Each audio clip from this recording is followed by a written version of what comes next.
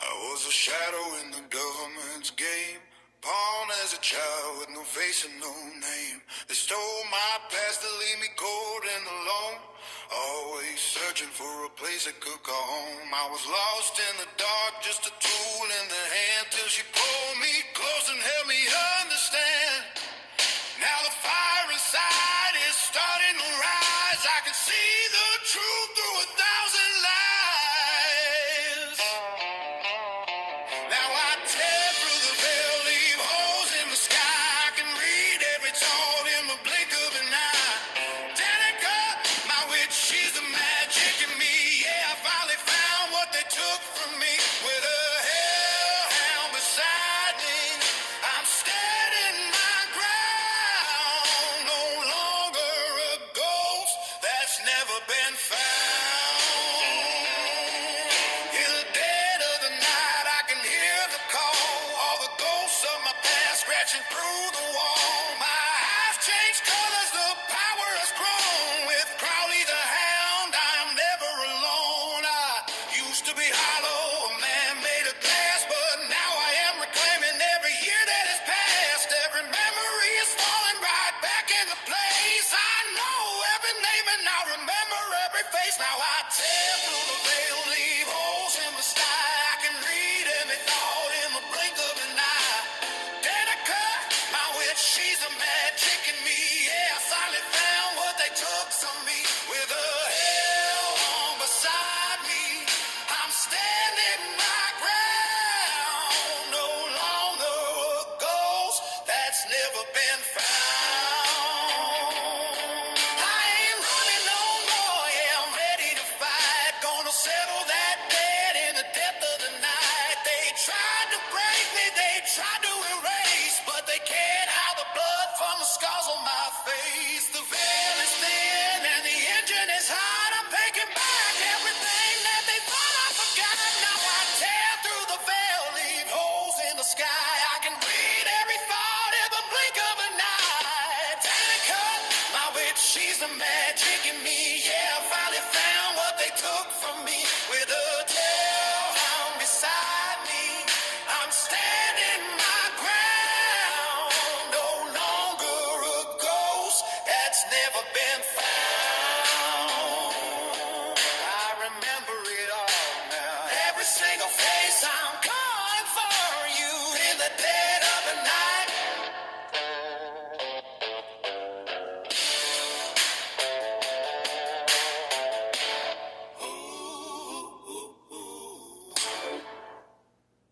Hello, everybody.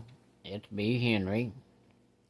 Tonight, I'm going to take you back into the early 70s.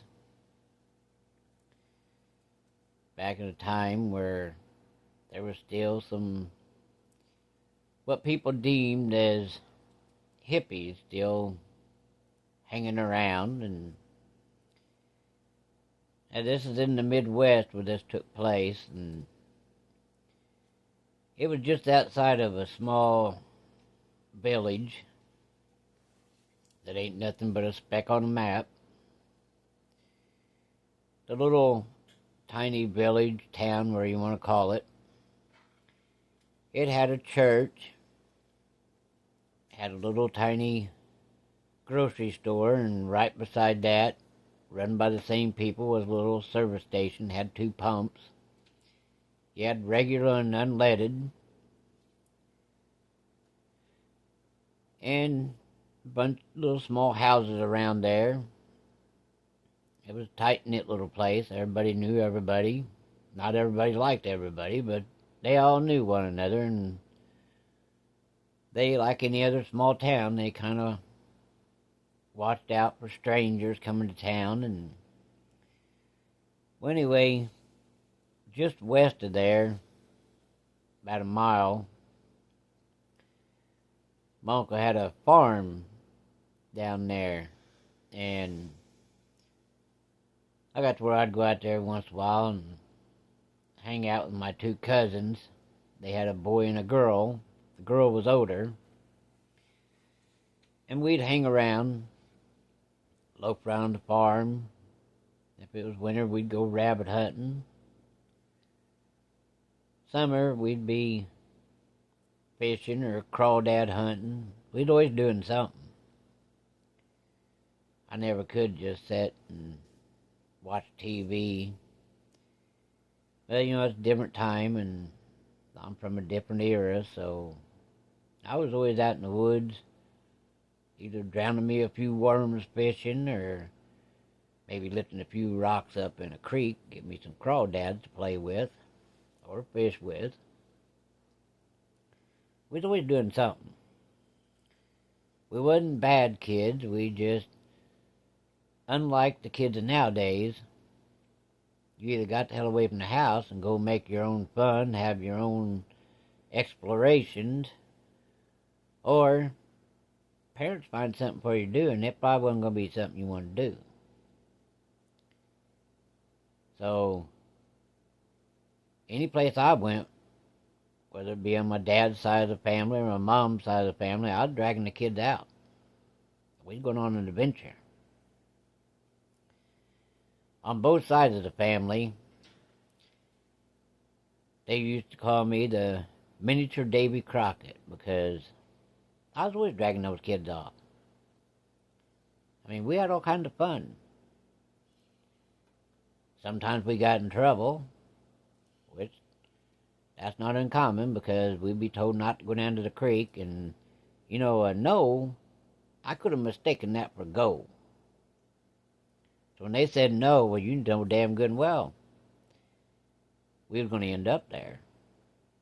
Come back a muddy mess, wet and waterlogged. But we always had fun. We never tore up nothing. We wasn't bothering nobody. We were just out for an adventure all the time. Hell, I even got in trouble one time. My cousins all come to my house, and after they all got out, come in and chatted for a second or two, and we got to lecture about stay out of the creek, stay out of the mud. Why, hell, you're taking all the fun out of everything right there. So one time I got the bright idea, okay, they said no creek. That's fine. I'm going to go no creek. No mud. Because we had been known to be like river otters. When we get to the creek, we'd end up in there, and sometimes we'd have a mud fight. Sometimes we'd just swim. And we would get an ass chewing. Well, on this particular day, I was down there with my cousins, and he goes, so what do you think we should do? I said, well, a nice warm day. It was probably like 74, 75 degrees. Nice and sunny. I said, why don't we grab the fishing poles? We walked down there, down the road, past the old motorcycle park, and we go down there to Sugar Creek, see if we can pull us out a few perch or maybe some catfish. He said, we have to dig some bait. No, that's no problem. I ain't scared of a little hard work. So we grabbed us a coffee can, grabbed the old shovel, made a beeline for the barn where my uncle had some hogs. Well, we went behind the barn there where he always drug the manure and stuff out, and the straw. We pulled that back with the shovel, and why, there were some night crawlers in there. Shit, they were big old night crawlers. Hell, one of them, you could cut that thing in about 6 halves to bait a hook. That's how big they were. Almost the size of those Canadian night crawlers that you buy at these little gas station convenience stores. They got that little styrofoam thing. I never did like those red wigglers. Them things are so damn skinny, like trying to thread a hair on a hook. End up poking yourself in the finger, break the damn worm. I was always partial to those big old fat worms. You get a lot of fishing in on that. Good eating. Well, after about 3 or 4 shovel loads of dirt, we put a little bit of dirt in the can, a little bit of straw. It wasn't no time we had that can just plumb full of worms. Shit, a country boy, hell, right there is gold. So we grabbed our tackle boxes, grabbed the bait, grabbed the fishing poles, grabbed the cold soda to go. We started down the driveway, and as we made the trek down the driveway, come to the blacktop there to turn left, go down past the motorcycle park. And on the way there, it's nice because it's a lot of shade. It's all downhill walking. Well, we got right there to the mailbox to make the turn onto the blacktop, and my aunt and uncle pulls in. Where are you boys off to? We're going to go down there to Sugar Creek, see if we can knock the hell out of some fish today. We got all the choring done, and we're going to go fishing the rest of the day. You guys be back before dark. Well, we said okay. We started to walk, and they started to pull off, and all of a sudden, turn around and look, and the brake light hit. Reverse lights come on. So we scooted over, and they backed up, and they said, hey, down there at that old house down there, by the old sawmill, there on the left-hand side, that big 2-story house, when you guys come to that house, you get on the opposite side of the road. Don't say hi, boo, kiss my ass, or nothing. You fast pace it past that house. There's a bunch of people moved in down there, and they could be bad news. So don't give them any reason. You have any problem, get your ass back here and let us know. You sure you don't want us to take you down there and drop you off? Oh, no, we're going to shoot the shit on the way down there. We got a lot to talk about. So we're just going to enjoy walking. We'll stay away from them. Well, hell, we didn't know. So we're walking and went down the bottom of the hill, come up top, and just where it went on over to the left was the old motorcycle park.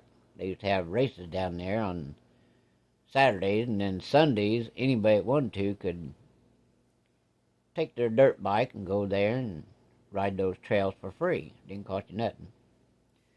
After you signed a waiver, make sure you wasn't going to sue nobody. But you had to have a helmet. So we seen the big sign there, and the 2 big poles with the board across top. Motorcycle park. Yeah, we talked about that a little bit. Of course, we talked about girls and cars, motorcycles, all kinds of stuff. You know, just the random stuff that farm boys talk about. Well, as we walked and talked,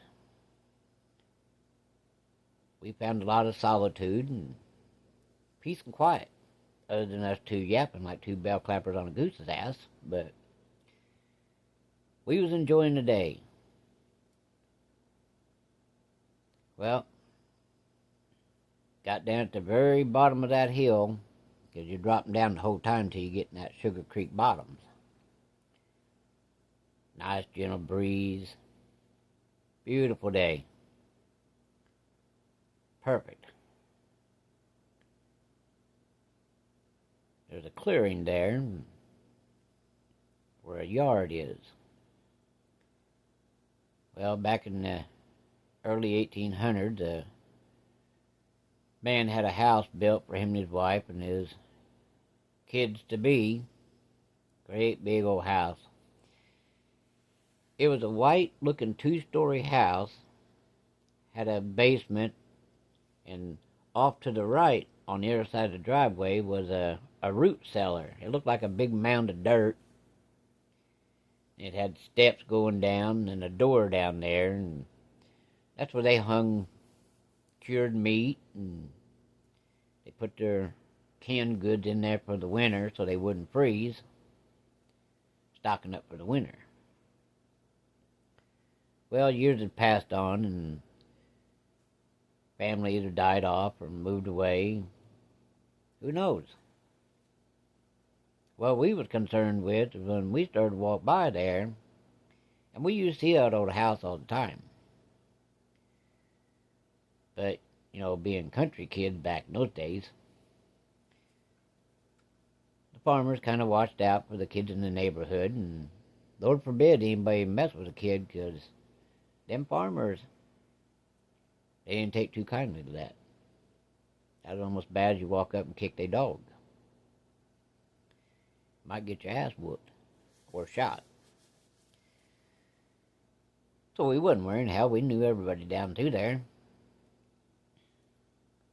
Well, this house had 4 big pillars in the front. And like I said, it was a big white 2-story house. And probably at one time it had shutters on it, made out of wood, of course. It's an old house. Well, we'd always admired it when we go by there and think, boy, I bet that place is haunted as hell. It just looked like it was. Level, flat yard, beautiful grass. Kind of deep, because it'd been empty for a while, but you could tell at one time, if you had a little bit of imagination, that was probably a beautiful place. Always shady. There was always shade right there. That house always had shade on it, the yard. Big old giant oak trees, red oak, white oaks. Couple pecan trees. It even had an outside shitter. It sure enough did. Right out there by the edge of the woods, there was an outside crapper. Back in those days, they called them Johns. I don't know why. Maybe the guy that invented it was named John. Who knows? But had a half moon carved in there, probably for ventilation. You get in a tight spot and you get the urge for a movement. It could be ungodly. So that's probably what that half moon was in there for on that door. Let some of that smell out, so you don't choke to death on your own smell. We'd always laugh about it, we'd see that shitter with the half moon window in it.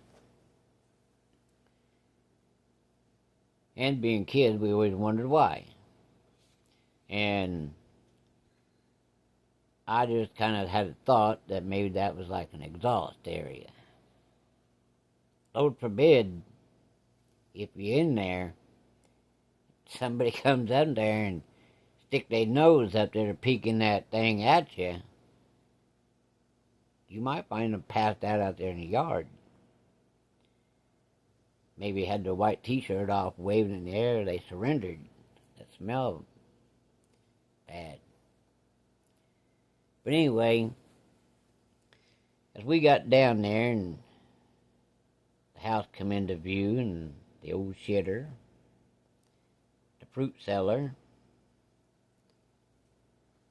there's about 15 old cars. Some of them didn't have no wheels on them. Some of them were sitting on the ground. Some of them were sitting on blocks.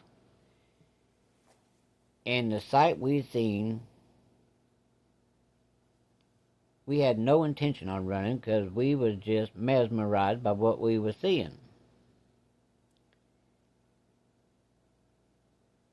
Now, I don't care if you have long hair, short hair. That ain't none of my business. That's your preference. Don't care if you're rich or poor. Don't make me no mind. I try to treat everybody alike. Unless you wrong me, then you're on the shit list. But we looked out there, and the grass was probably about knee deep. old cars all over the place. Hell, there was even some cars sitting there with their hood up and the motor sitting beside the car. Tires piled up. Fire pit out there. Had a little bit of smoke coming out of it. Looked like they'd had a hell of a party. There were some of them passed out on the porch. I bet there was probably 50 of these people that they called hippies. Some of them passed out on the porch. Some of them right there passed out on top of cars. Some of them was laying out there in the yard, looked like they was dead. I expected a buzzard to come down and peck their eyes out. Carry them off. It was a sight to see. And I'm talking about men and women. Well, I even seen a few kids. You could see them through the windows playing in the house. Now, as a country boy, you expect to see something like this, maybe like in Chicago, New York, San Francisco, even California. But out in a rural area, in the middle of nowhere, there was even motorcycles sitting on the porch. Looked like they took the one porch swing down, because there were two porch swings. They took that down so they could put a couple motorcycles up there. Probably in the house, there's probably a couple motorcycles in there. Hell, who knows? They might have tried to drag a car in there. Who the hell knows? But we was told not to bother them, not to draw no attention. Leave them the hell alone. But we was just fascinated by the sight. Men and women all over the damn place, laying in the yard, asleep, passed out probably. They could have been asleep, might have had a hard night. People in the house peering through the windows, watching us as we're walking by with our fishing poles and tackle box and can of worms. I wondered what the hell we were doing. Now, at one time, that was a beautiful place. And these people come in there and just trash the shit out of it. But hey, that's their business. Nobody knew where they really come from. They just, overnight, just appeared there. Who knows? Hell, they might have come from some faraway, distant state. I don't know. Hell, they might have come from old St. Louis. Alton, who knows? Wasn't for us to ever find out. So, we're barely moving, walking, because we're just mesmerized by all the action, or lack of action, with all these people. Are they dead? Or they just passed out? But we was told to leave them the shit alone. We knew if not, my cousin's parents would have skipped my ass. Hung my ass on the barn door. And then my dad find out, he'd tan it really good. Beat my ass like beating a drum. I didn't fancy no ass whooping from neither party. So, yeah, we was staring, gawking. Looky-loos, that's what we call people that do that. And I was guilty as anybody else being a kid. I was a looky-loo, like, holy shit. God damn, I've seen a lot of parties in my time. My dad been at the bars, and never seen nothing like this. People half naked out there. Hell, one guy was out there in his damn BVDs.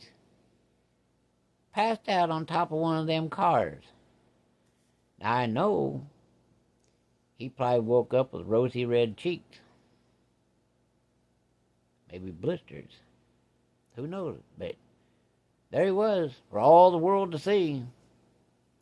Been all the same, one of them damn buzzards come out of the sky and grabbed him by the worm. I bet he'd got up real quick. There he was, laying out there in his damn underwear. Didn't have no shame at all. He's probably proud of it. I don't know. Hell, who knows? women out there laying around, in and around those guys, and on top of cars, on the porch. I really ain't sure if they were two-piece bikinis or if they were just in a bra and underwear made because they was hot. The hell, I don't know. But we was soaking in everything we was seeing. We was amazed. Never seen shit like this before. Well,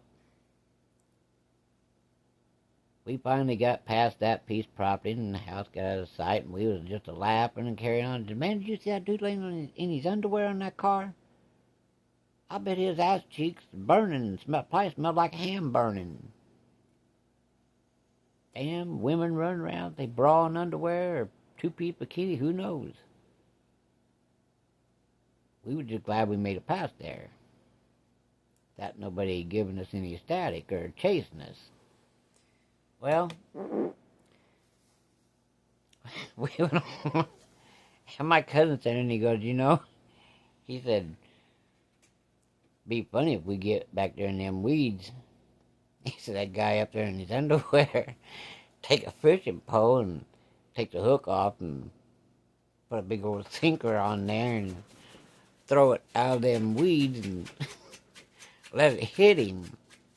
I said, dude, it ain't worth the ass whooping that would come afterwards. And what if that big old hairy, burly looking hairy thing in his underwear gets up and he's between us and getting home? How in the hell are we going to get away from him? He said, well, on second thought, maybe. He said, but it is a funny thought. I said, you can think about it all you want, but we ain't doing it. I said, if I even see you turn around to go back toward them weeds, I'm going to knock the hell out of you. We got past there with no incident.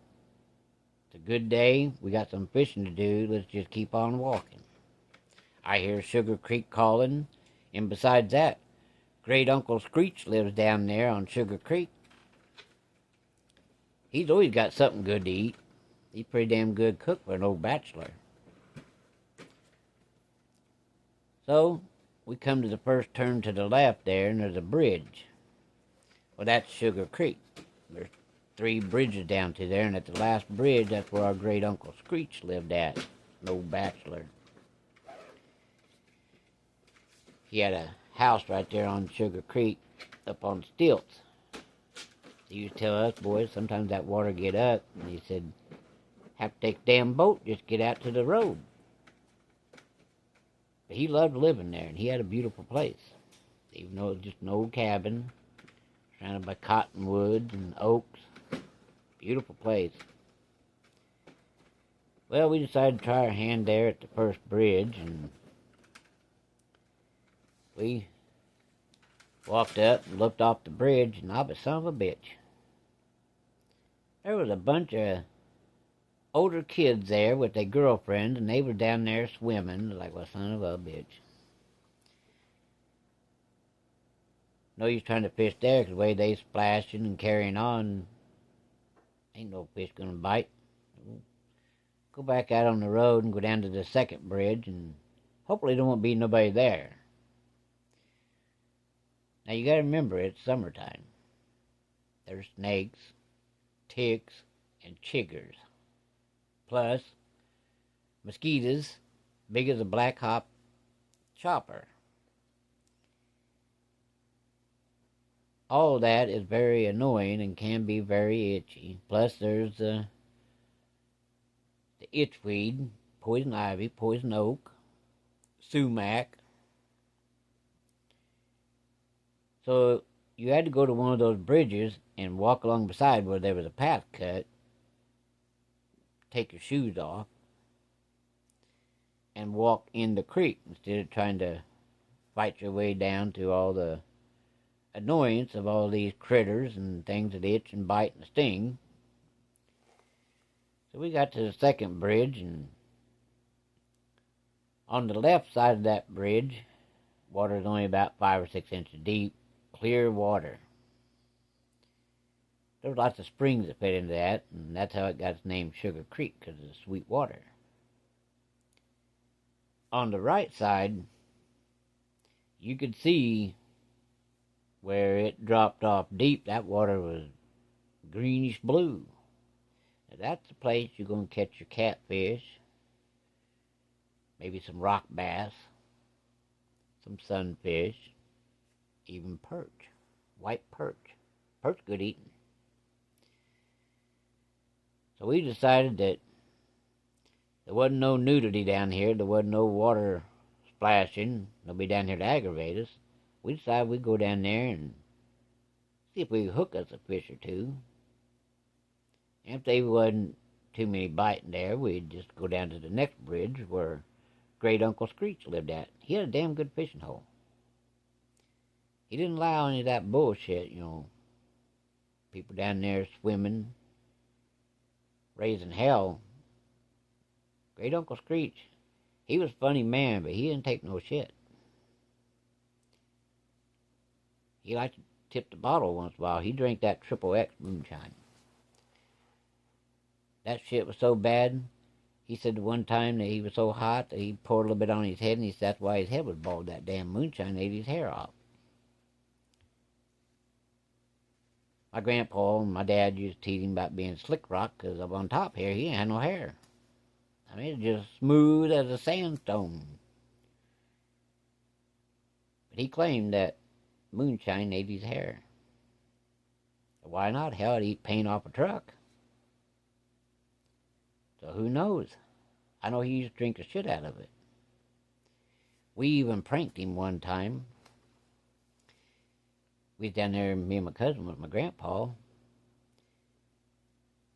He come out with 3 jugs. The white corn cob was the one for drinking.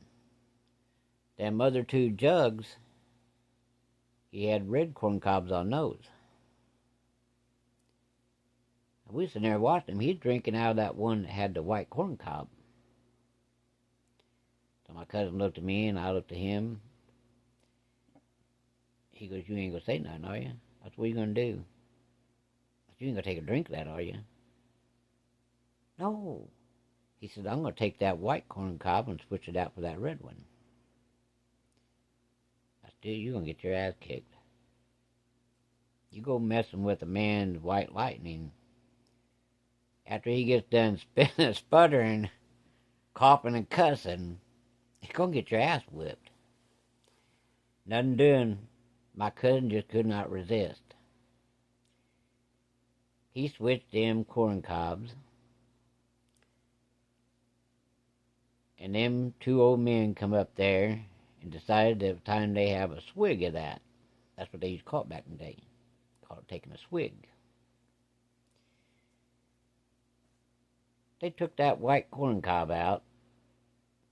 That was a red corn cob there until my cousin switched them. And I'm sitting there trying to keep from laughing. Because in that other 2 jugs, they had the red corn cobs. That was diesel fuel. Now, you can imagine what happened. Well, they throwed that jug up here on their shoulder. They rested here. That's what them old timers did. They had a finger hole, and you rested up like this here. You take a drink, tip your arm, take a big old swig.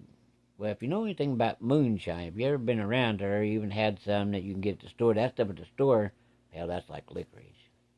It ain't got much of a kick.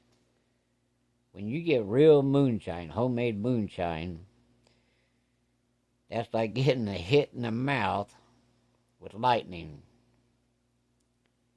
It go down real smooth past the tongue, past the tonsils.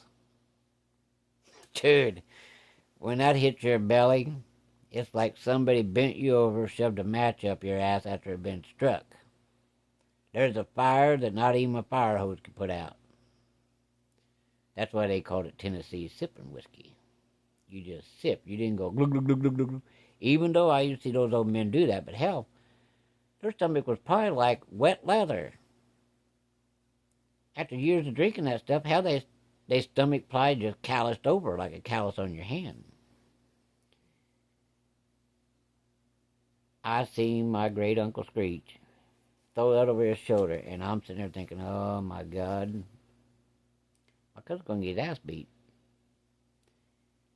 He takes a big old chug, chug, chug, chug. He probably drank 4 mouthfuls of that shit and swallowed it. Then he went to cussing. Then he went to spitting. Snot running out of his nose. And he's a raising hell.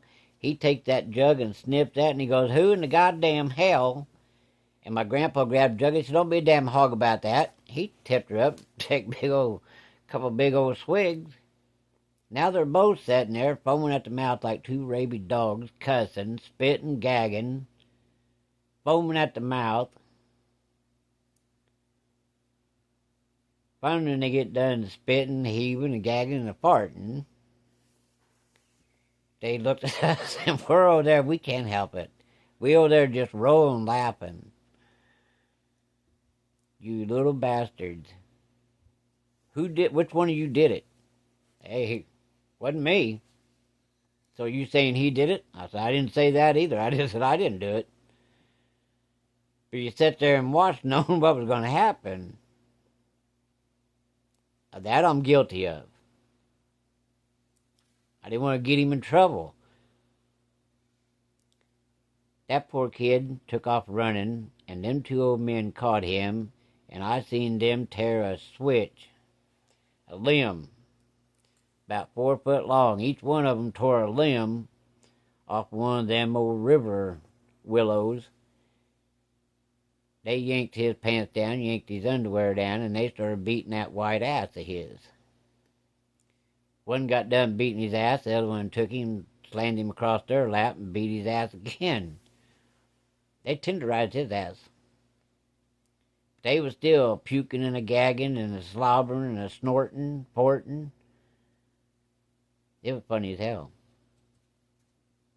Well, you know, drinking that diesel fuel, they probably had the shits for about 2 weeks. They probably shit through a screen, never hit a wire. But all in all, it didn't kill nobody, but it was funny as hell. Would I do it again? I didn't do it in the first place. I was a witness to it all. Could I keep from laughing? Hell no, I couldn't keep from laughing. It was funny. You know, you got a weird sense of humor. But anyway, back to the story, we was up there fishing. We'd catching some catfish and perch. A few sunfish. Nice catfish. Big old bullheads. That's the ones got the big hump on their back. Well, they was longer than your hand. They was mud fat. They must have been eating pretty good. But they liked our worms better. Well, for long, we had a whole stringer full, so we decided to go down there to Great Uncle Screech, and we come across the bridge with our 4-foot stringer of perch and sunfish and some catfish and bullheads. Old Screech come out of the house. What are you little bastards up to? I just been fishing.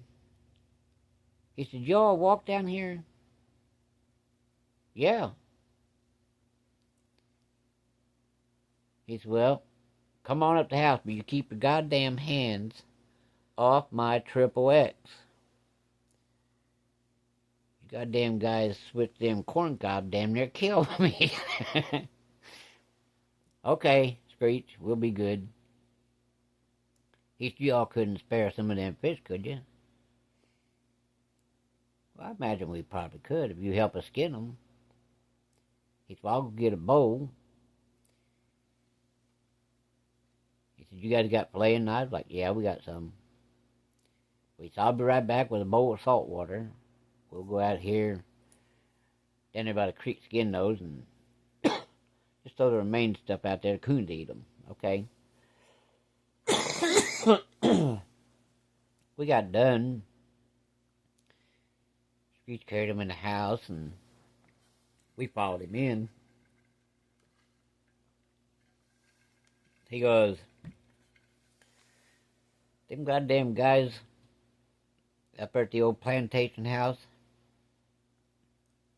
They still up there? Yeah. Did they say anything to you?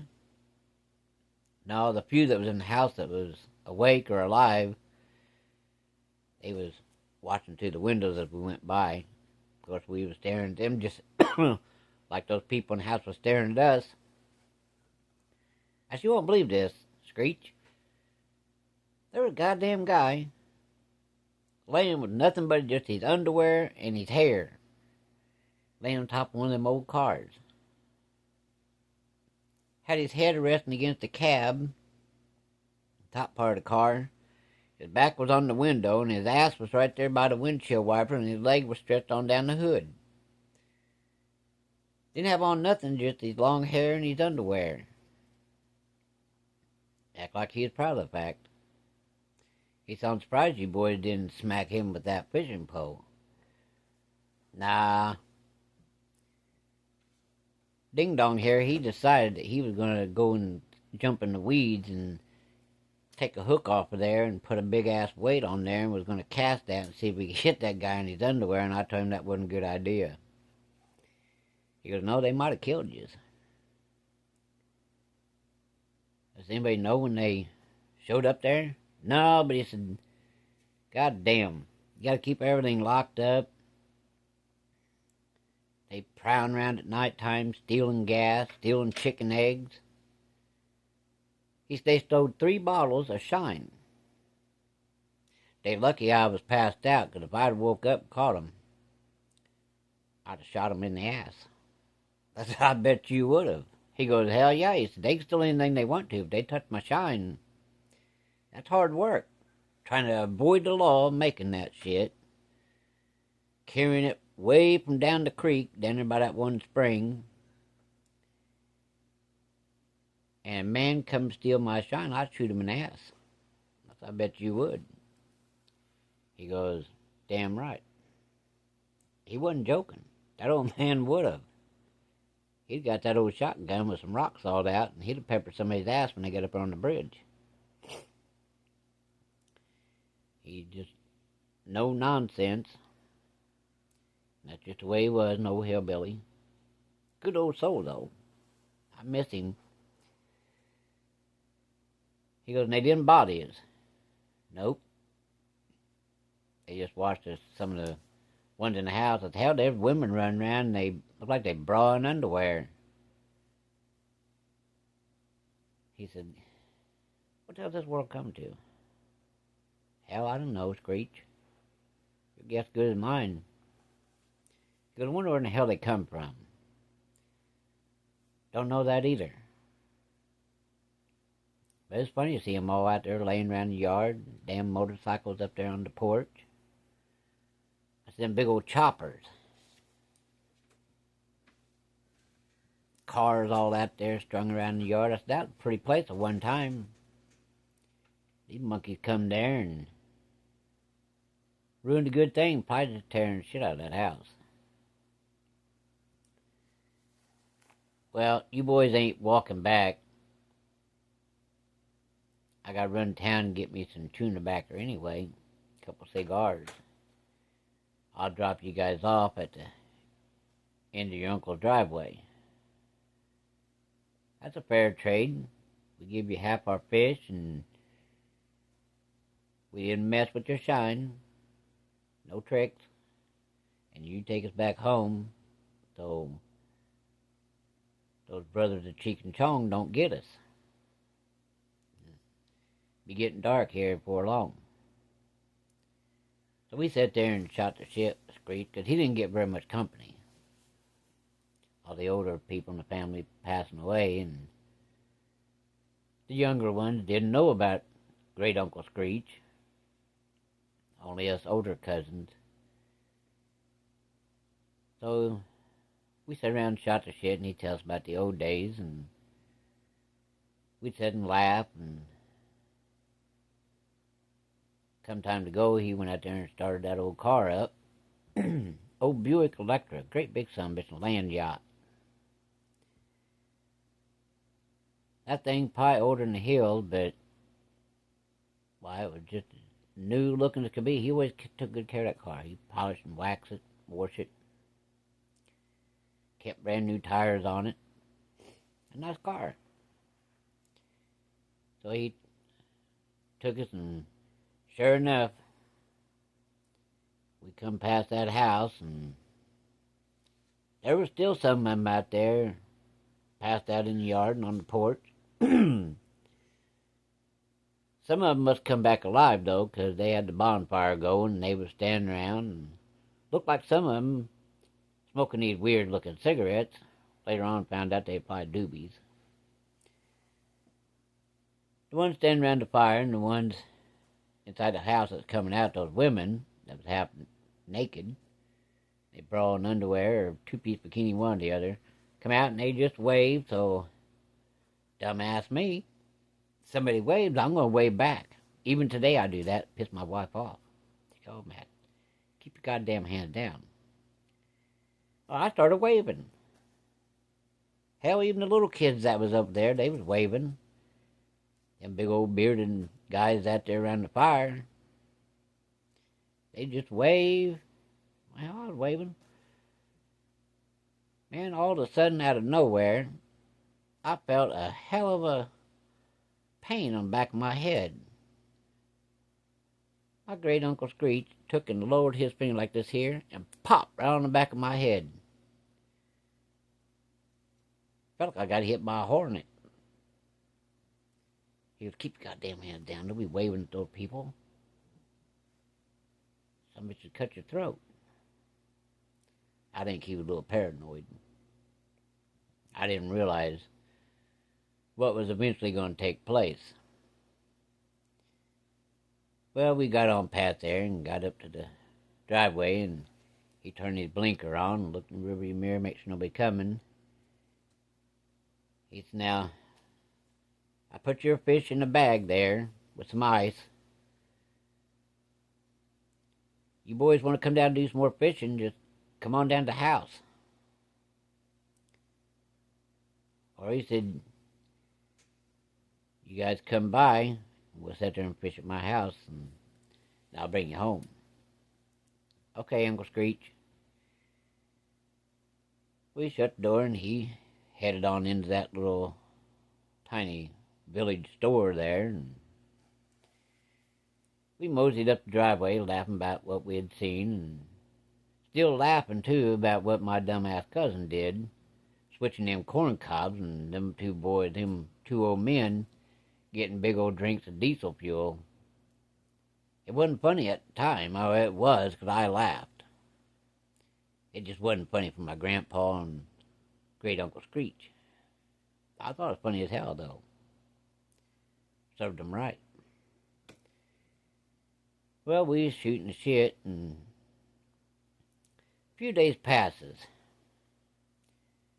We get up one day, and a few days later, and think that we might just go down and see Uncle Screech.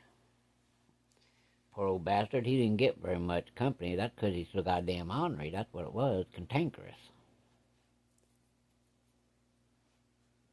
So we decided we might go down there, and so we get up, get dressed, gonna go out and feed the animals, and get the hell out of there.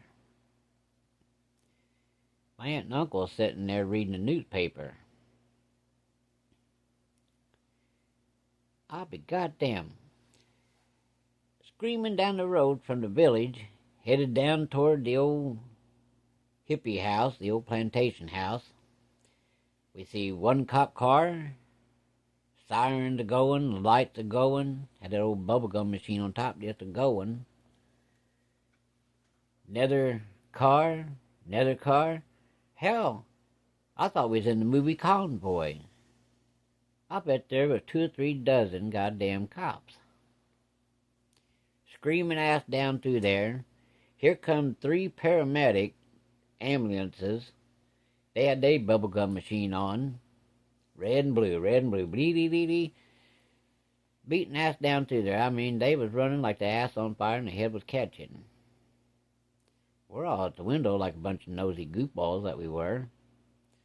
We're watching the cars go by. There wasn't very much traffic on that road.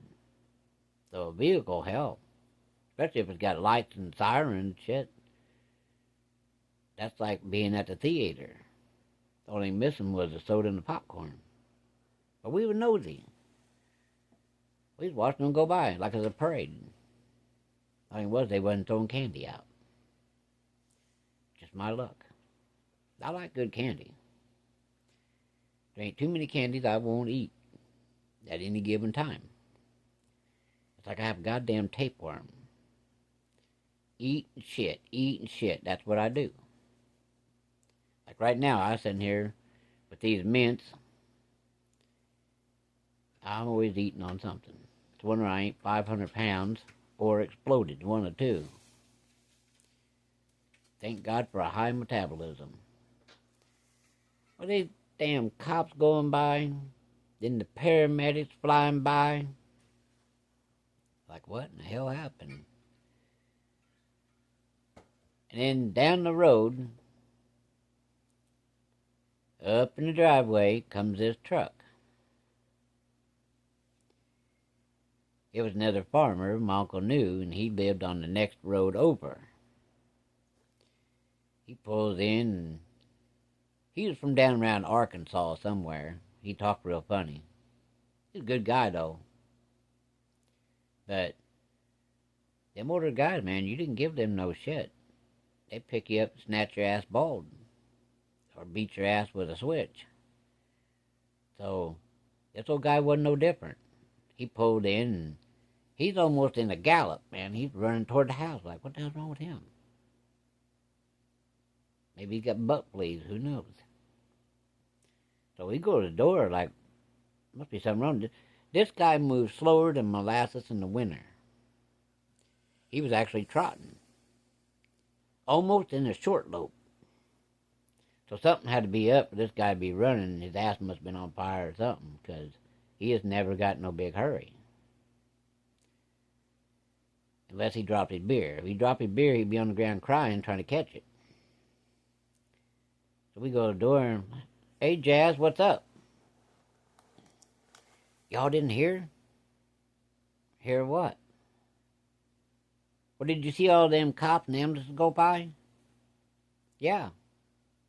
It was like a free parade. What the hell's going on? Oh, last night, them hippies got into it. They sent the van in town with a man and woman, and they was supposed to take some drugs in town, pot, that they've been growing. And they were supposed to go in and drop off the deliveries and collect the money and come back. Well, hell, while they was putting all that stuff in the vehicle, them two was sitting there getting high right along with everybody else. Said they sent the two in town, that way it wouldn't look suspicious, you know, all 50 or 100 of them bastards wouldn't be in there. They just sent two people in a van. Those two in the van must have been skimming when they were doing deliveries, because when they got back, the guy asked them to come in the kitchen. So they walked in the kitchen not thinking anything going on, and all of a sudden here come the rest of them in the house headed toward the kitchen. Well, they grabbed that man, slammed him down in the chair, wrapped a rope around him, then they tied the girl to the chair, then they gagged him. Where's the rest of the money? We ain't got it, man. We got shortchanged. You what? You got shortchanged? Bullshit. Y'all been skimming. We've been keeping track. Cough up the money, or we're going to take it out on you. They didn't have the money. They'd spent it. First they claimed they put gas in the car, in the van. They was like, well, then where's the rest of the change? Well, then they started blaming each other. Well, somebody come in there with a goddamn chainsaw. and started it. Are you going to talk now or not? Are both of you guilty? Or is it just one of you? We go easier on the one that rolls on the other one. Well, hell, they started blaming each other, just like people would do in that situation. So, they untied the girl, put her up there on the counter by the double sink there. They started to chainsaw up. They said, is there anything you want to tell us before we carve her up like a Thanksgiving turkey? Oh, man, he said, I swear to God, I'll get the money. No. Go ahead. They cut her feet off. Then they cut her at the knees off. They cut her at the waist. Then they cut her arms off, her head off. Started throwing her in a big giant trash bag. And the guy, he's going in hysterics, which anybody would see something like that knowing you're next. Then they untied him, put him up there, and did the same thing they did to her. When they was done, there was blood all over the place.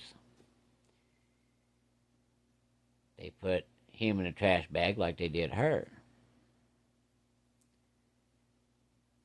Then they proceeded to go out of the yard, up on the hillside, and as they was walking, they would throw a chunk. Far along that hill was covered with human remains.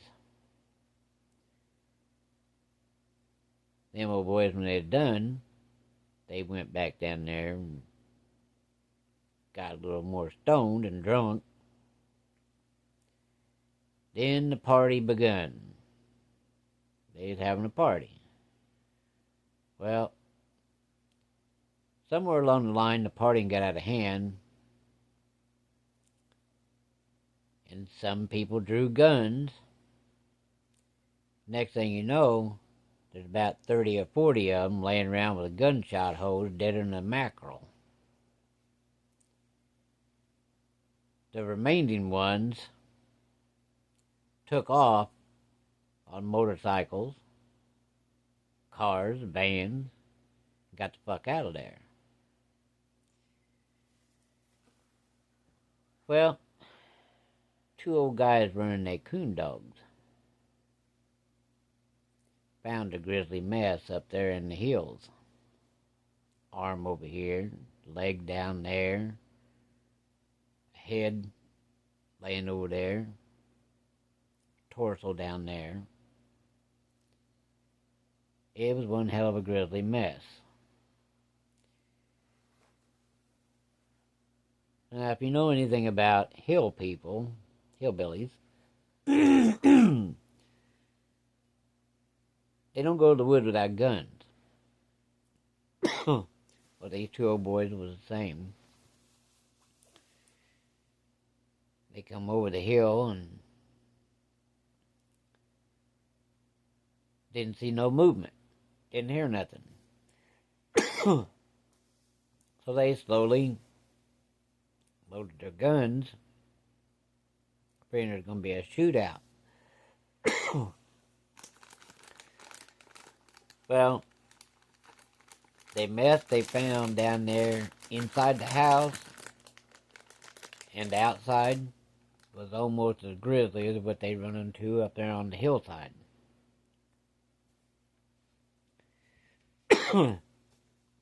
There was bodies scattered all over the place, bullet holes. Hell, there was even a couple of them that got shot by the fire and was halfway in the fire, burned up like a burnt hot dog.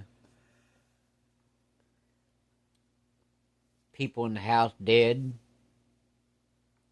Goddamn house covered in blood. Looked like somebody had a fucking hunting accident. The fire outside was still smoldering. There was beer and joints laying all over the place. The house smelled like feces, alcohol, sweat, filth.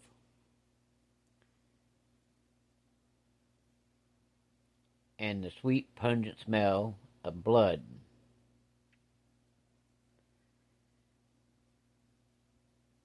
As they walked through the house, they found all that mess.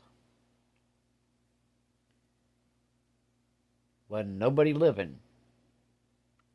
The ones that did make it out got the fuck out of there.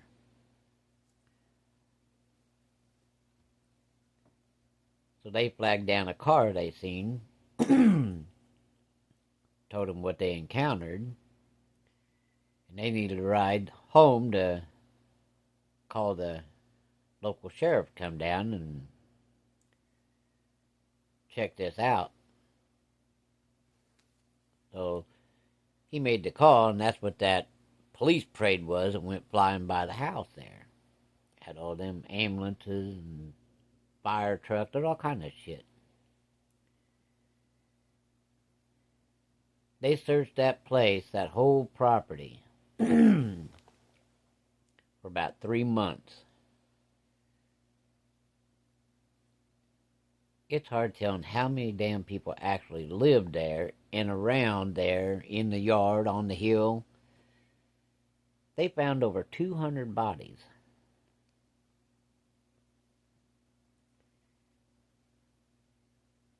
And they were still finding bodies as recently as 1990s. Some were buried. It was a fucking mess. Well, anyway, after they removed the bodies and kept searching for more, and every time they'd find them, they would try to identify them and give them kind of a Christian burial, so to speak.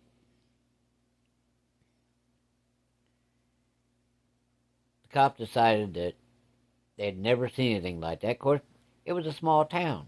Shit like that don't happen. Oh, once in a while you get somebody mad over property lines and somebody gets shot, but it ain't like this, man. I mean, this is like the Manson family moved in and shot the hell out of each other. Mean bastards. They'd never seen anything like that. And the sheriff at the time, when I got older, got to know him a little bit, and I asked him about it, and he said, that's the worst goddamn thing I ever seen. I'd never heard of anything like that, but he said, that was just, it was sickening. They don't know where the rest of them went. Hell, they might have went back where they come from, maybe. Maybe San Francisco, California. A lot of wackos out there. Well, the countryside kind of got quieter. Nobody ever moved into that house, and kids all, would go in there and see if there's any of those hippie ghosts, They'd be haunting the place after they slaughtered each other. Cops got tired of that and got tired of being called down there, so one lazy afternoon, seen all these fire trucks go down there, and they was hosing the yard down, and like, what the fuck they gonna do? Next thing you know, somebody went in there and poured a bunch of diesel fuel on one of the cops, and firemen cleared everybody back, got them back across the road. They threw a match. Burnt that big old antebellum home down. The old plantation house, they called it. That thing burnt and burnt and burnt and burnt. While you even go past that place today, you can still see some of the scorch marks on some of them old trees. There ain't no house there no more, just an old foundation where a beautiful house once stand and a horrible crime took place.